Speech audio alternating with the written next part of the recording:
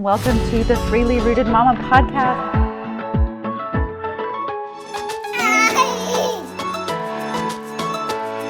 Where I am their mother, I make the choice. All right, hello, welcome back to another episode. I'm here with my co-pilot who's currently eating right now, and I got crazy hair, so just mom life, living the mom life right now. Okay, so today I want to talk to you guys about something I talked a little bit about on Instagram, but if you don't follow me there, you didn't see it. I posted a little bit about the fact that I was on this very strict elimination diet to help Eila with some candida issues, some fungus issues that we were having. So I kind of just want to talk to you guys about that. I didn't put notes together or anything like that. So hopefully my brain and mouth are on the same page today and everything comes out how I want it to. So what happened was about 2 weeks after Eila was born, she started to get like these red lesions / rash looking thing around her anus. And then that started for a couple days, didn't really go away. And from there, she started to break out all over like her face, her shoulders, her arms, her back, into her hairline, just something that like we did not at all experience with Isaac.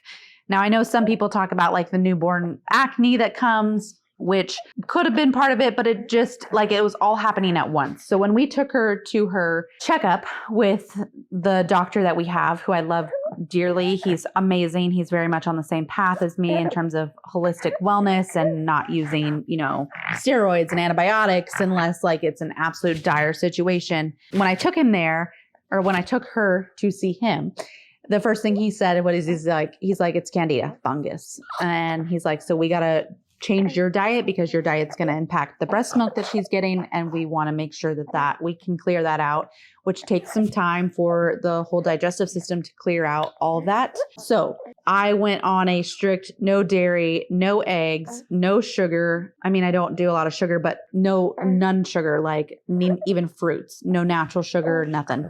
And no carbs. No carbs other than I could do like some potatoes, like sweet potatoes and like rice, but no breads, nothing like that, which again, we don't do a lot of, but we do like fermented sourdough. We do like ancient grain, organic pasta. So none of that. It was really hard. I did it for 4 weeks. But the reason I'm telling this story is because within, I think about 3 weeks, it all disappeared. And I did an extra week just to make sure like nothing came back. And then when I reintroduced foods, I did it one at a time, waiting a couple days to make sure nothing gave a reaction for those rashes to come back. So it was probably more like a 5-week stint than a 4-week. But I tell you this story because it's the power of lifestyle. It's the power of lifestyle over symptoms. And had I taken her to a traditional MD, this is not to bash all traditional MDs, but had I taken her to a traditional MD about this, and mind you, her temperament, her sleep, everything was perfect. You wouldn't tell that there was like, she was not acting uncomfortable, but this rash was kind of like taking over her body. And had I gone to a traditional MD, I bet you that they would have offered me an antibiotic to kill the fungus and probably like a topical steroid to get rid of it. Now, again, this isn't bashing anybody that's used topical steroids or antibiotics, but for me, I didn't want an antibiotic or a topical steroid to even be a topic of conversation until we've tried multiple other lifestyle things. And that was like a last resort. The problem is that today's day and age, we go to those resources so much for every symptom that our kid has. And then before you know it, they're 10 and they've been on like 6-7 rounds of antibiotics. And we wonder why later in life they're having sleeping issues or memory problems or anxiety or depression. There's a huge gut-brain connection, right? And if our gut is wrecked because of antibiotics, and antibiotics kill everything, they're not just going in and killing the bad guys, they're killing the good guys too. And what I find with most traditional MDs is they're not really giving okay, yes, there are in certain situations where we need to use antibiotics. By all means, like they are there for reasons, but we use them for everything. And then our traditional MD doesn't give us or give people like a protocol on how you replenish the flora in your microbiome so that we don't have these like secondary symptoms that come from killing the microbiome. So if your kid has skin issues or if your baby has skin issues, you might try that. Try like a complete elimination diet. Yes. Is it hard? For sure. But I would do anything for my baby. And again, I wasn't going to take, I don't want this to be rude, but for me, I wasn't going to take the easy route of using an antibiotic, which for sure would probably kill the fungus. But I just worked my ass off for 10 months creating a microbiome to pass down to my baby for her to be her healthiest, best self. I wasn't about to wreck 10 months of work just to, take the easy road and use an antibiotic. Again, there are certain situations in which, yes, an antibiotic needs to be used. So I'm not trying, and if you've used them before, I'm not trying to critique you or criticize you. Again, I think most people just don't know like how damaging antibiotics can be to our kiddos and set up a lot of like domino effect type symptoms later in their life. So that being said, that's what we did for 5 weeks. It was really hard, but we did do a couple other things topically that we tried. So I tried like calendula oil on the I'm going to call it eczema or acne or whatever you want to call it, the bumps that were on her skin. I tried that. We did chamomile tea, washcloth baths. For the thing on her bum, I tried both of those things as well. And then I also I had like a probiotic enriched serum that I did on there. So I kind of rotated through those. And then we also used like 100% like zinc oxide paste. So it's kind of like butt paste, but here's the thing to know about butt paste. Butt paste also includes a lot of chemicals and a lot of things that are damaging to the skin.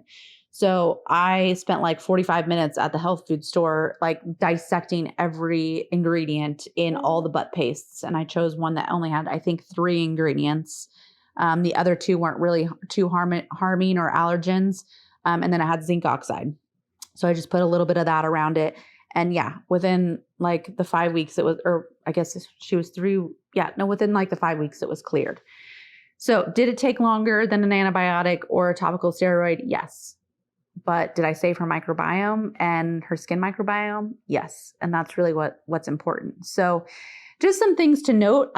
What I love about this topic and kind of why I wanted to bring it is there's so much that we can do with lifestyle. And that includes, us as parents as well. If we've got symptoms, if we've got, adult acne or things like that, like maybe we need to consider our hormones. Is there something that we need to be doing to, balance our hormones? Do we have a gut situation that's now coming out of our skin that we need to like clean up our diet or go on an elimination diet for a little bit? Or there's just so much that we can do with lifestyle that it's crazy. But we come to our doctors with so many symptoms that are lifestyle induced, looking for an out. And the only out that they usually have or that they're usually taught is a prescription of some kind.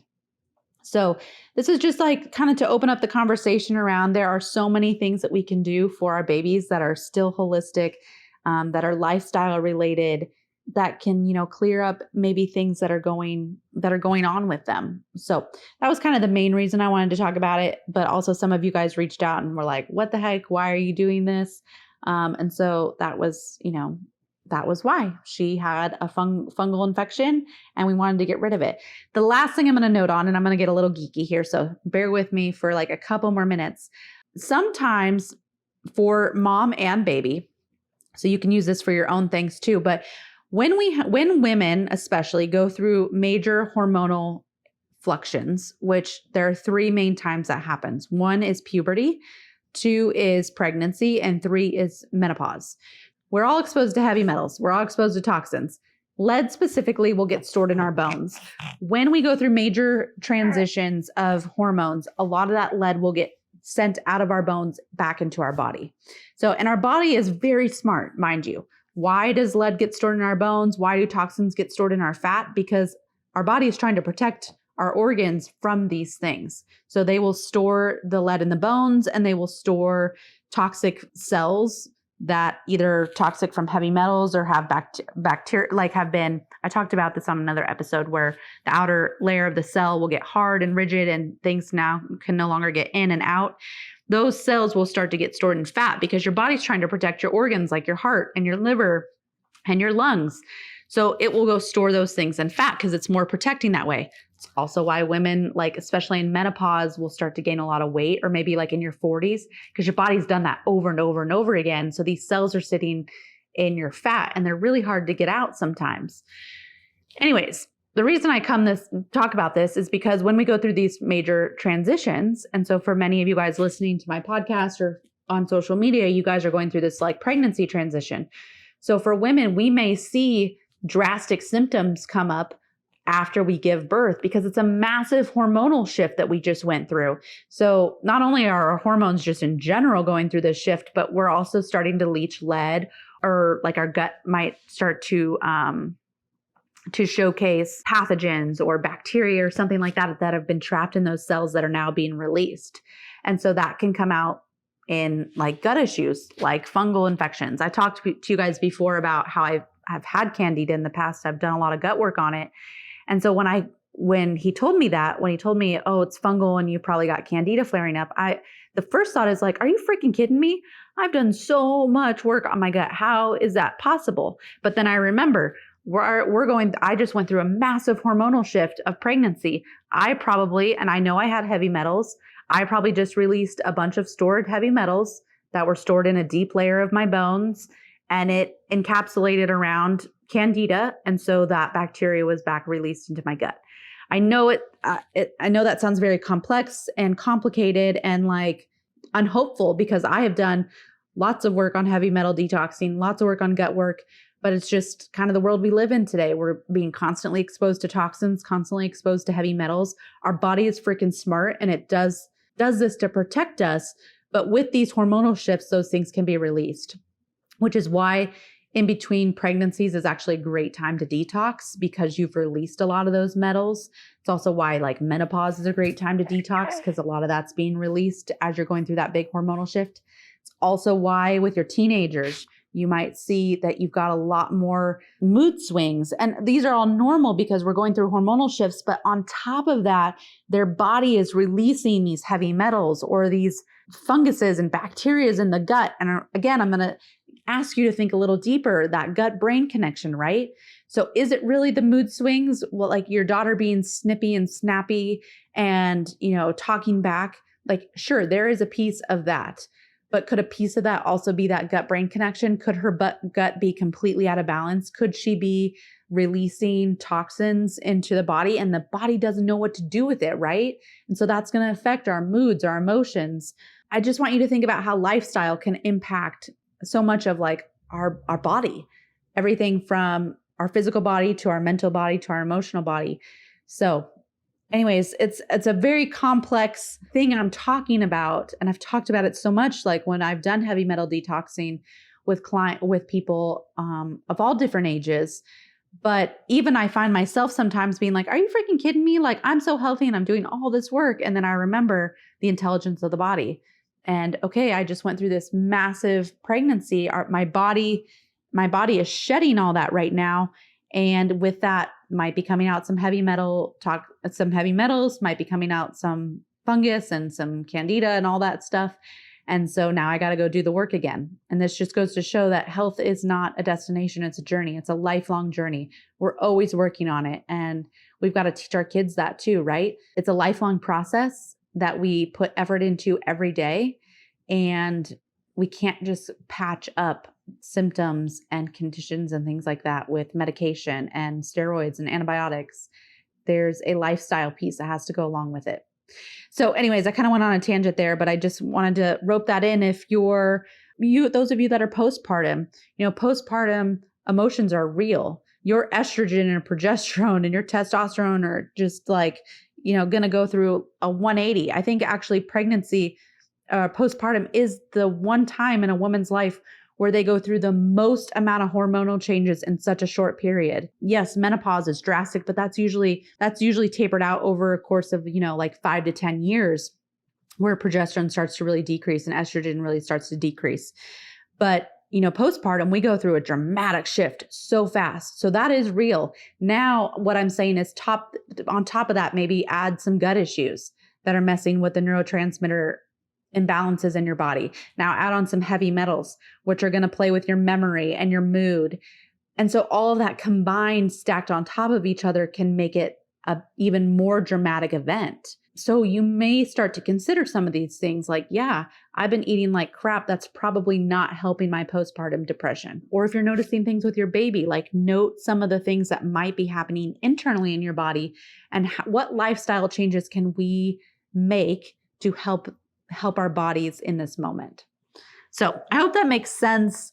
Sorry if it got a little wackadoodle again. I just was kind of going off the cuff here on what we've been going through for the last couple months in terms of this rash and this candida.